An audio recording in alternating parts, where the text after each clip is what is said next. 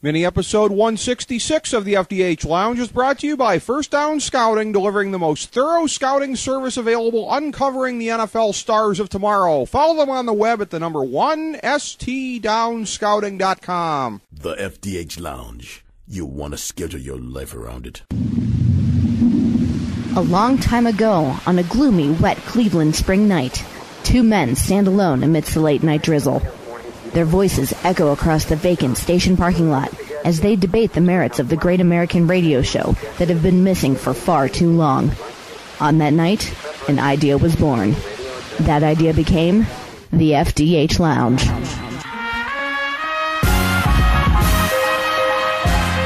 Welcome to the FDH Lounge. All right, another great FDH Lounge mini episode here today. We are at the Marriott Marquis, I believe, near Times Square. And we are here with New Media Stews' John Basedow. Very happy to be here with him here today. John, thank you for being on the FDH Lounge. Rick Morris, very glad to get to talk to you. Pleasure to have you on, sir. Well, thank you very much, Rick. I am excited to be on FDH Lounge. Well, we're glad to have you here, and we're glad to talk about all the projects that you've got going on. We're laughing off air about this, that, again, there's a tremendous amount of curiosity about your career. Any man who's the subject of a death hoax, and Urban Dictionary references and everything like that, clearly you have the kind of cachet and street cred of the people we're looking to talk to in the FDH Lounge. You crack me up. Actually, whoever wrote the Urban Dictionary bio there cracks me up. I would hire that person as a writer probably. That was hysterical. Well, the very notion of being able to kick Chuck Norris's ass is outstanding. I haven't heard that said of too many folks, but again, for a gentleman like yourself in the fitness industry, I'm sure that's something that you're going to be putting on your promotional materials as well. Here, you can be trained or advised by the man who it has been said on Urban Dictionary could kick Chuck Norris's ass. Actually, I like Chuck Norris and everything that he's done, so I would never do that. But once again, whoever wrote that Urban Dictionary reference is all kinds of special in my book. Yeah, I would think so. I would think that is the case. It cracked me up. A fan had brought that up to me. Somebody had shown it to me. I didn't even find it myself. And when I read it, I just couldn't believe it. I was laughing for like 10 minutes afterwards, and then that little dialogue they have under it, which you have to just look it up or Google it to go see. Crack my ass up. Yeah, I can very well imagine. But, there's a lot of different areas to talk about with you. We talked a little bit off air about some of your work on Sirius XM. I'd like to get into that a little bit as well. But the background in fitness, I guess I'll start there. What propelled that? What led you to that point of being able to be at a point to be able to advise people on fitness? Well, to be honest with you, Fitness Made Simple, which is a line of DVDs and also a book published by McGraw-Hill, it's a whole blueprint for reshaping your body, from the nutrition plan to the workouts. I got started in fitness because of my own quest to be fit. I was shaped pretty much like a bowling pin on legs. I had a big, wide middle, long, skinny arms, long, skinny legs, no shoulders. Okay. I had started fitness when I was at a very down point in my life where I was in debt. I was obviously oddly shaped. I had lost direction in a bit of my life, and I was always a goal-oriented guy. Okay, so one of my goals was to appear in a fitness magazine. Okay. And a lot of people who get into fitness, the impetus is always physical in the beginning. Okay. But one thing I learned is that that's really just the tip of the iceberg, the physical benefits. When you really start living a fitness lifestyle, it pretty much has a ripple effect across all areas of your life, physically, mentally, and emotionally. But to start with, I started all these exercise programs that were media hyped, on TV, on the radio, on infomercials, you see in magazines and stuff like that. And I did them for about a year. I mean, everything from the no-carb diet to the no-fat diet to popping this pill or that potion to build muscle and lose fat. And nothing was getting me near the results worth the effort or the money I was putting into it. And I got to the point after a year where I just wanted to throw up my hands and quit. Say, listen, this is the body nature gave me. This is what I'm stuck with. This is what I have to deal with.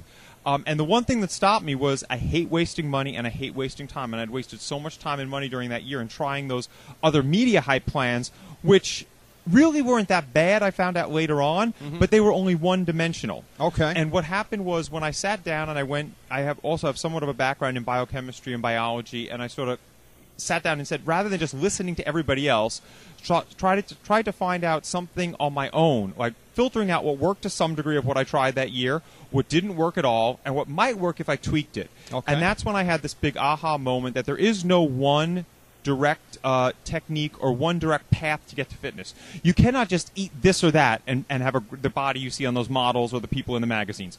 You cannot just work out with this or that exercise gadget and have the body that you're seeing on those people. And there is nothing you can, one thing that you, or take this or that pill and get that body. Fitness is really a three-pronged approach, and what I created was the fitness triangle, and that's what Fitness Made Simple is based on. And just like the triangle is the ultimate structure in geometry, if you follow the fitness triangle, you will achieve your own ultimate structure, your own ultimate physique. And the three sides of the fitness triangle are time-conserving lean muscle-building workouts, a fat-fighting nutritional meal plan, and then supplementation. Once you get that foundation in place, the workout and the nutrition sides of the fitness triangle, supplementation with products that will help further your gym and kitchen efforts and maximize your gym and kitchen efforts. And then within 8 weeks of tweaking and working on that program, which came to be Fitness Made Simple, I ended up developing the tight six-pack of abs you see on the commercials, the muscle definition you see on the commercials. It's not that I built that all in 8 weeks. A lot of people can have great muscular development who are walking on the street, but if they have a natural layer of body fat covering that muscle, imagine like a washboard covered by a pillow. The washboard's still rippled, the washboard's still hard, but you can't see anything because of the stuffing. What you have to do with your body is you have to reduce the pillow stuffing to just the pillowcase to see that definition. And that's what Fitness Made Simple does. It helps you change your body composition. It helps you build muscle and lose fat. So if you're the skinny guy who's getting sand kicked in your face at the beach, you can build muscle, and you're also going to look hella ripped because those people, their muscles show when you're ectomorphic or rather thin. When you start building muscle, the muscles show more quickly. And if you're endomorphic or rather chunky, it helps decrease that body fat and build the muscle so that you can also reach that perfect physique for you. Well, it makes a lot of sense. It makes me wonder why there isn't more of an approach towards the kind of holistic thing you're talking about here. Why are so many others in this industry falling short by emphasizing only certain areas instead of what you're doing? I mean, no offense to your revelation, but it's a thing where it strikes me that it's kind of odd that somebody hadn't come upon this before. Well, the funny thing is, when I first got started with the commercials, there's a lady who was actually a very sweet lady, and she always acts like my mom in direct response TV. And when I first got started, she saw my first commercials, and I came on, and I'm like, this is the program that worked for me, this is the workout you follow, this is the nutrition plan you follow, and you will get results, but you have to show commitment and dedication to get results. She called me up right away, and she was in California, and she says, John, what are you doing, having that commercial like that? She goes, nobody's going to buy this product. These people don't want to work. You're talking to people who are watching TV. They're one step above chimpanzees. This is coming from somebody. This is coming from somebody in the media business, okay? And she's very sweet, but she goes, they're one step above chimpanzees. She goes, you've got to give them one thing to do, and you've got to give them a pill to pop or something easy or a fat loss belt that you can walk around and do your laundry and do the housework and still lose weight. I go, but those things don't work. She goes, whatever, that's what sells. And that's why those things are on and you'll notice those fitness products are around for 5 or 6 months, maybe a year if they're lucky, and then you never see them again. And a lot of times you'll hear class action suits against them, or you'll hear these lawsuits coming either about them promising false claims, or in the case of some of the belts back in the day, shocking people and the gel causing some sort of like rash and things like that. But you find out about all these problems later on. I came on the scene using my own name, which is not going to change, so I knew that I couldn't play any. First of all, as a good Catholic guy, I wouldn't do something like that, but I couldn't play any of those stupid games because I wanted longevity in this business. I did not want to become a quick flash in the pan, make as much money as I could in 6 months or a year, and then go off to be a real estate salesman or something like that. I wanted to have longevity. So I came out in the beginning and I said, as God is my witness, this program worked. This is what I looked like beforehand. This is what I look like now. And then eventually all these other people came out of the woodwork, and hundreds of thousands of Fitness Made Simple people have transformed their bodies throughout time. And I've had testimonials on the infomercial, real testimonials of showing this is where I started, this is where I got to. And that's what sold people. But they do still have to have that commitment and dedication. Anything that is worthwhile doing, Rick, takes time and takes effort. So if you do believe the quick fix is that you just pop a pill, or you do believe the quick fix that you just eliminate fat from your diet or carbohydrates from your diet, or you just believe the quick fix that you use this exercise gadget and you're going to get that body, you're fooling yourself, and you're going to frustrate yourself because it's a faulty claim. It's like trying to open – I always compare it to trying to open a door with the wrong key. You could be determined, you could be disciplined, you could have everything, but if it's the wrong key, the door is never going to open. Well, that's a very good point. That's an excellent analogy, and I fully appreciate what you're talking about as a fellow good Catholic guy who's very honest. And may I say also, too, I don't know what it is about triangles and incredibly successful systems, but in our fantasy sports system, we have our VIP pyramid: information and preparation lead to value. So I don't know what it is with the commonality of that, but triangles make for very good ways of being able to express different systems here. But that's an incredible story as far as how everything came together for you there. And then obviously, as it did, it opened up all these other doors to you. Be it from some of the red carpet work that you're doing here, New Media Stew. Talk about the evolution of that to your career from that point. Well, what happened was Fitness Made Simple. Well, originally when it came on air, the first Fitness Made Simple commercial came on air in August of 1998, and it was just in a few places, but it really hit its heyday for being on air constantly, where you got known as like the Fitness Made Simple guy from pretty much 2000 to 2007. And then what happened was a lot of the stations that I had worked with, like Adelphia Media Services, Comcast, things like that, changed their policies about how they do direct response ads. And it was a rapid shift without going into details. So I lost a lot of my platform as far as the commercials go. Okay. I also, in that point, became known as like the six-pack abs guy or the Fitness Made Simple guy, which is great, and I loved it because I had not been that before, but you get pigeonholed in it. So what happened was, what I've started to do in the past 2 years is I never started out with Fitness Made Simple wanting to just be the next Jack LaLanne or just be the next Tony Little and stuff like that. It was great to, be thought of as that, and it was great to help impact other people's lives and change other people's bodies with a program that helped them beyond what other programs could do. But I always wanted to do other stuff with TV. And so what I've taken this opportunity with in the last 2 years is to start doing some other things that other people would not have thought of me doing. Like, for instance, with New Media Stew, which is a show on YouTube. You can go check that out on my YouTube channel, youtube.com/John Basedow. That's like the latest in pop culture and celebrity news. I talk about all things TV, movies. I do a lot of movie reviews with the studios, work with Regal Theaters, going to their theaters and doing some reviews there. And it's been a lot of fun, and it's also been awesome. I've gotten a lot of invites to different red carpet events, covered like the premiere of USA Network's Political Animals, been to the Spike Guys Choice Awards over in L.A., which was phenomenal. And it's really been very, very exciting. And then also still keeping my feet rooted in the fitness. I'll always do something fitness-oriented, but I don't ever think that, and I don't think anybody should ever limit themselves to their first career success. And I don't think anybody should let others pigeonhole them into being thought of as only what their first career success was. And that's a hard stigma to get around, to be honest with you. I'm never going to complain about it because I love Fitness Made Simple. I work out, pretty much every day. I keep it moving. I'm always watching what I eat in a good way. But the thing is, I don't want it to be the be-all and end-all of my entire life.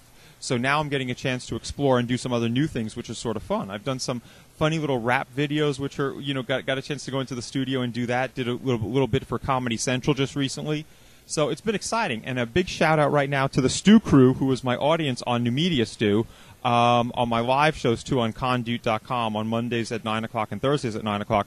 These guys are like my viewers, but they are the best street team in the world. They keep me motivated. They keep me inspired because they do more for me to spread the word of New Media Stew and whatever I'm up to than I would do for anyone. So I thank God to have people like that in my life. Well, it's really catching on, and again, Steve's been feeding me information about this for quite a while now, and I know things are really taking off for you. We were talking off air about some things that you've got going forward, but what are some things that you can talk about, for the remainder of the year? Some events you're looking forward to going to, and red carpets you're looking forward to hitting.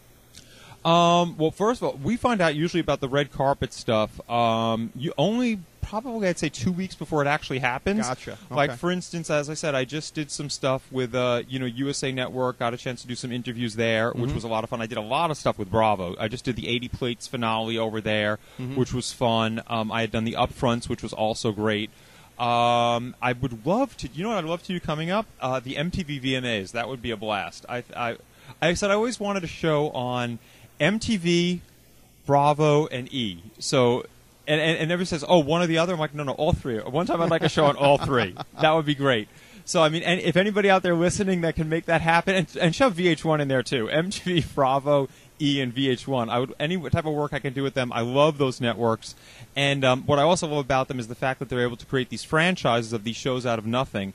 and they do it based on the direct response model. I mean, the whole reason my commercials became well known is because they were on all the time, constantly on all the major channels. They were. And it's frequency and repetition. And even right now, they're back. I mean, they're on ESPN nationally, they're on E nationally, and also MTV, VH1, and stuff like that. But the thing is, what the shows do on those networks is they have them played so often. They'll say the show is on Wednesdays at 9 o'clock. That's not really true. It is on Wednesdays at 9 o'clock, but then it's on Thursdays at 8 o'clock, Fridays at 11 o'clock, Saturday, Sunday. There's a marathon of all the ones you missed for the past few weeks.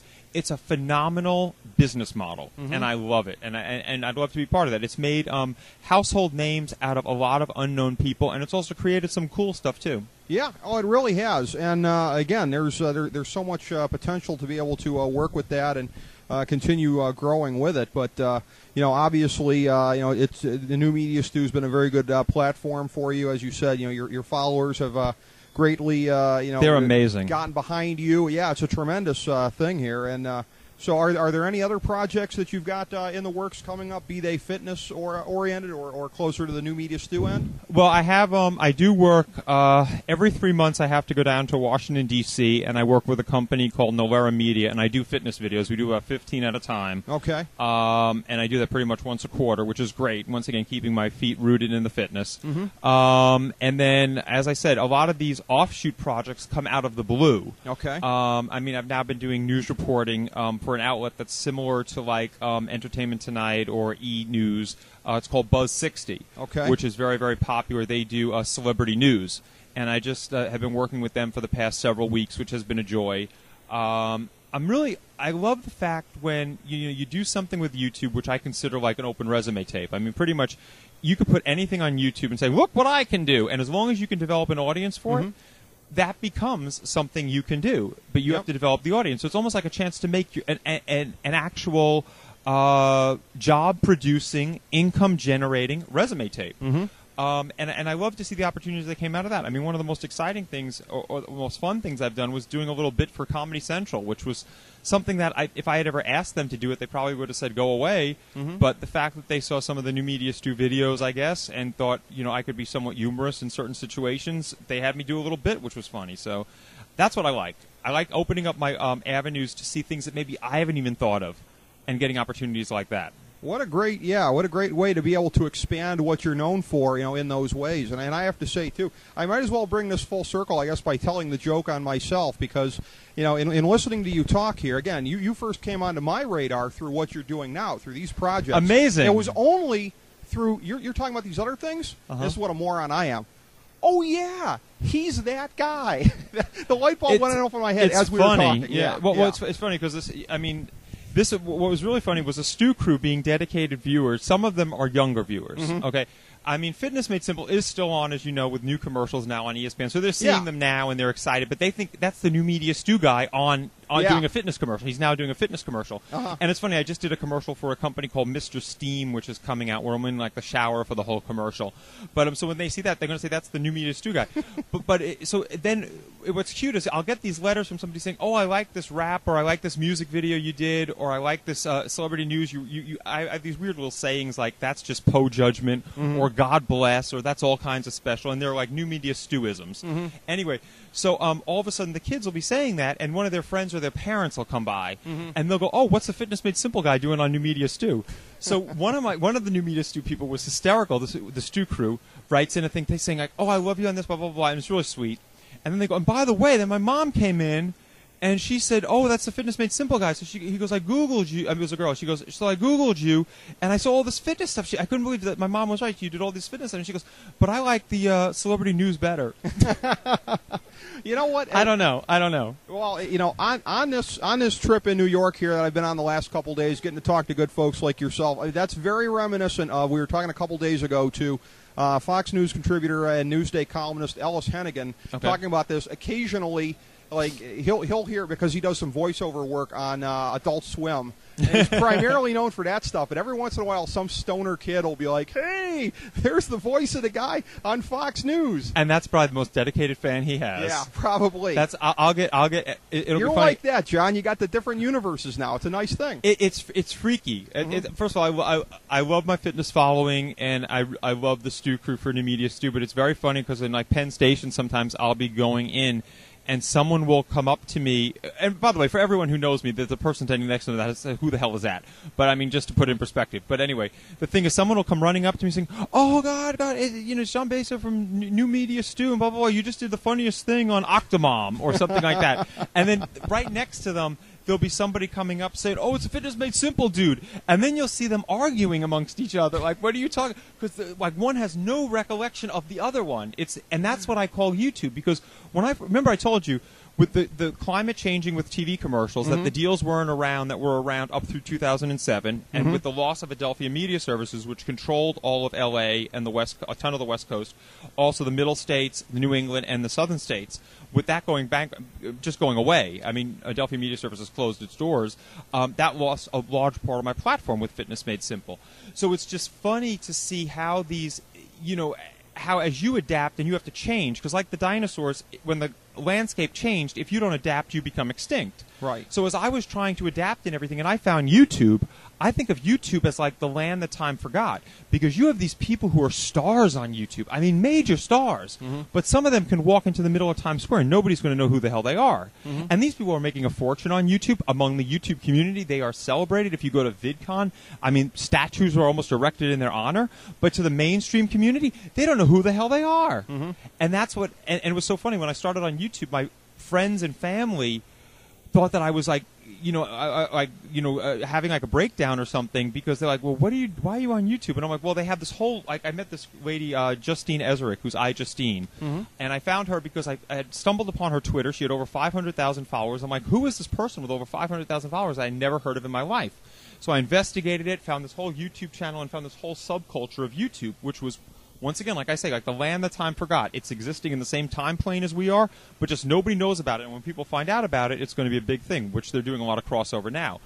But anyway, so when my other friends from traditional media thought, "Well, what the hell are you doing? Are you just taking a break? Why are you doing this?" And I'm like, "Because I'm learning this new media." And they go, "So you want to be an editor?" Because I started seeing my editing getting good, because I never edited before, and I always was a supervising editor, never touched the controls. They said, "Oh, well, your editing's really good, so you're trying to get a job as an editor now?" They just couldn't wrap themselves around it.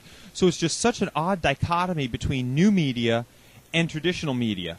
And it blows my mind how some of these people can have such a following, but it just doesn't cross over. And me getting into new media, I had to start from the ground up. Everybody said, "Oh, well, if you're coming from traditional media, you should go immediately huge on YouTube." I'm like, "No, baby. I'm starting at the ground bottom. I'm virtually invisible on YouTube.